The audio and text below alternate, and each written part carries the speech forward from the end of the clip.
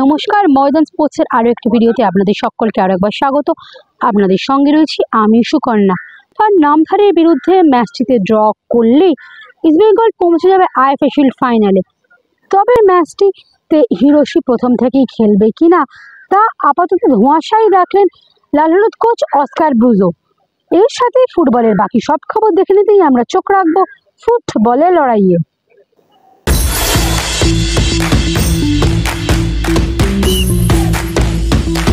IFA শিল্ডের নামধারীর বিরুদ্ধে match draw করলেই শিল্ডের ফাইনালে আরও একবার খেলার ছাড়পত্র পাবে ইস্টবেঙ্গল। তবে মঙ্গলবারের ম্যাচে সাউল ক্রেসপো খেলতে পারলেও নবাগত জাপানি ফরওয়ার্ড হিরোশির আইটিসি না আসায় তাকে পাচ্ছে না ইস্টবেঙ্গল। চোটের জন্য অনিশ্চিত প্রভাত লাগরা ও ডেভিড লালরাং সাঙ্গাও। নামধারীর বিরুদ্ধে ডুরান্ডে জয় পেলেও বিপক্ষকে হালকাভাবে নিতে রাজি নয় লাল হলুদ কোচ অস্কার ব্রুজো। ডুরান্ডে ডায়মন্ড হারবারের বিরুদ্ধে ম্যাচ থেকে শিক্ষা নিয়ে এই ম্যাচে ছেলেরা খেলতে নামবে বলে মনে করছেন Oscar. Again, I think that after Mohun Bagan and East Bengal, they are the best team in the competition. Unfortunately, they are in our group. They have shown that they can play a good game with Trinity, and in the Duran Cup, I repeat, they show that they are a resilient team, good work rate, closing distances, and they don't need to have possession to punish you. So we need to be aware of all this information, show the players, and understand very well the kind of game that we have. The rest of the things, we need to be very minded, and we also have the experience of Diamond Harbour, of thinking that we are the superior team and not playing the final of the Duran Cup because of not being at our best. And tomorrow we want to rectify that part, and we really want to be on the final team. এখনই অবশ্য derby নিয়ে ভাবতে রাজি নয় লাল হলুদ শিবির। নামধারীর ম্যাচকেই এখন focus করছেন Oscar. তাই ডার্বি নিয়ে প্রশ্ন ধেয়ে আসতেই রক্ষণাত্মক লাল হলুদ coach. Make me the question after the game, please. There is no derby so far, because before that we need to beat our opponent tomorrow. So our mind is, we are not thinking, nobody here is thinking about the derby. That moment will come. We understand all the expectation and that we want to have a derby here in Salt Lake on 18, but that can be a big burden for us if tomorrow we don't do our work properly. নামধারীর বিরুদ্ধে ম্যাচকে তাই হালকাভাবে নিতে রাজি নয় ইস্টবেঙ্গল। মঙ্গলবার কিশোর ভারতীতে মশাল জ্বালিয়ে ডার্বির দাওয়া বাজাতেই এখন প্রস্তুত লাল হলুদ ব্রিগেড। সুকন্যা মুখার্জির রিপোর্ট, ময়দান স্পোর্টস।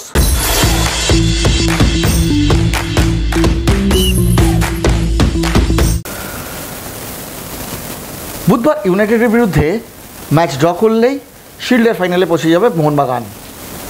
কিন্তু মাঠের ভেতর ও বাইরে যেভাবে উত্তাপ বাড়ছে সেটা কিন্তু ফুটবলাররা আজ করতে পেরেছেন। আর তার জন্যই ইউনাইটেডের বিরুদ্ধে ম্যাচ জিতেই এখন শিল্ডের ফাইনালে প্রবেশ করতে চায় সবুজ মেরুন ব্রিগেড। মলিনাও ফুটবলারদের বারবার বুঝিয়েছেন সে কথা। দলের মধ্যে সংহতি যে গড়ে উঠেছে, দলের মধ্যে কম্বিনেশান যে আরও সুদৃঢ় হচ্ছে সেটা কিন্তু বোঝা যাচ্ছে। রবসন শিল্ডের প্রথম ম্যাচেই শুধু একটি গোল করেছেন তাই নয়, তার পাশ থেকেই এসেছে বাকি 3টি গোল। রবসন কিন্তু আরও যত দিন যাচ্ছে তত তিনি যেন আরও ক্ষুরধার হয়ে উঠছেন। ম্যাকলরেনের সঙ্গে তার যেন মাঠের বাইরে একটা লড়াই চলছে। হ্যাঁ, ঠিক শুনেছেন, লড়াই চলছে। কিসের লড়াই? একটা বন্ধুত্বপূর্ণ লড়াই।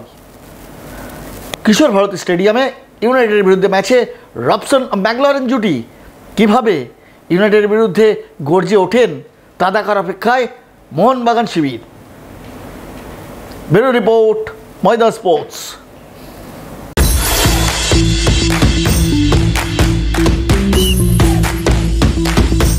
বুধবার থেকে ইডেনে রঞ্জি ট্রফিতে অভিযান শুরু করছে বাংলা।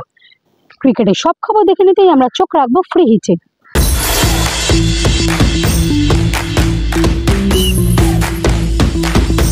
স্বামী আকাশদীপ, ঈশান এবং মুকেশকে যদি পাওয়া যায় তাহলে দেশের অন্যতম সেরা বোলিং অ্যাটাক এখন বাংলার হাতে। এই নিয়ে কি বলছেন সিএবি সভাপতি সৌরভ গঙ্গোপাধ্যায়? ঈশান, যদি মুকেশ কুমার যদি অ্যাভেলেবেল হয়, মুকেশ ভালো বোলিং।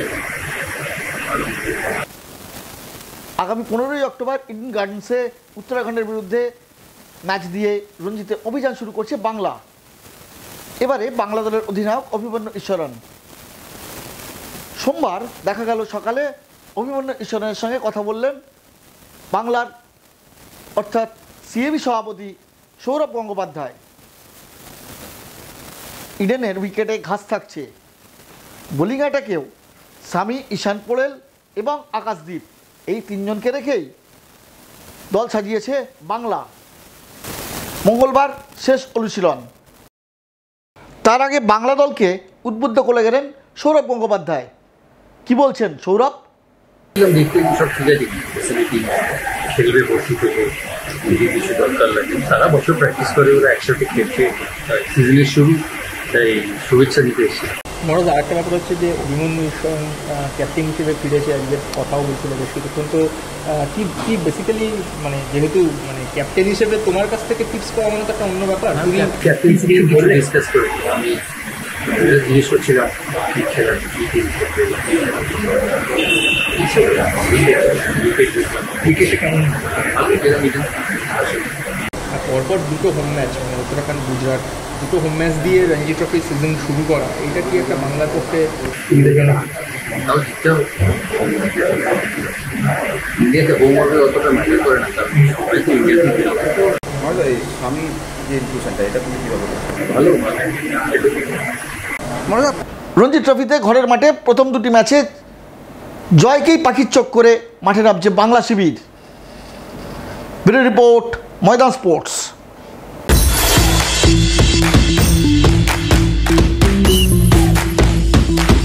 ময়দানে আনাচে কানাচে বাকি সব খবর দেখে নিতেই আমরা চোখ রাখবো ময়দানে কিচির মিচিরে।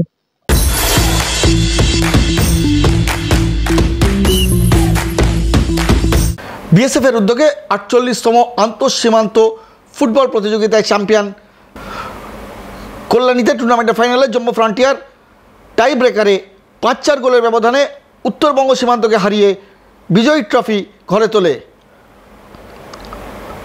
এই অনুষ্ঠানে প্রধান অতিথি হিসেবে উপস্থিত ছিলেন IPS ADG BSF eastern command Mahesh Kumar Agarwal. এছাড়াও উপস্থিত ছিলেন IG frontier headquarters BSF Kolkata সহ বিশিষ্ট ঊর্ধ্বতন কর্তৃপক্ষ। এই সীমান্তরক্ষী বাহিনীর টুর্নামেন্ট ঘিরে কল্যাণীতে দেখা গেল প্রবল আগ্রহ। চলুন দেখে নিই খেলার কিছু মুহূর্ত এবং পুরস্কার বিতরণের কিছু মুহূর্ত।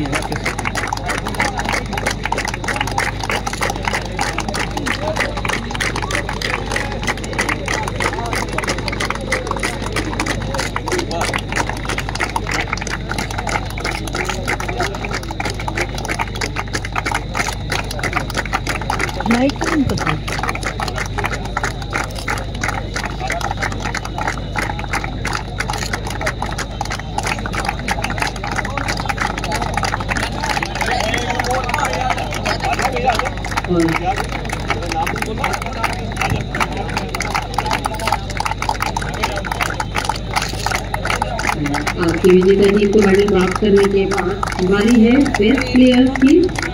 बेस्ट प्लेयर और ये आयोजन एक यात्रा नहीं थी, ये बड़े कॉम्प्लेक्स था, एक देश की शक्ति का प्रमाण।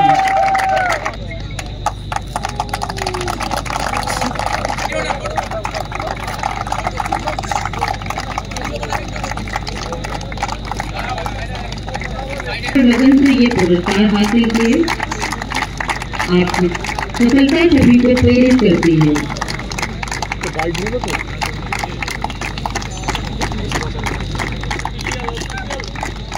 उसके बाद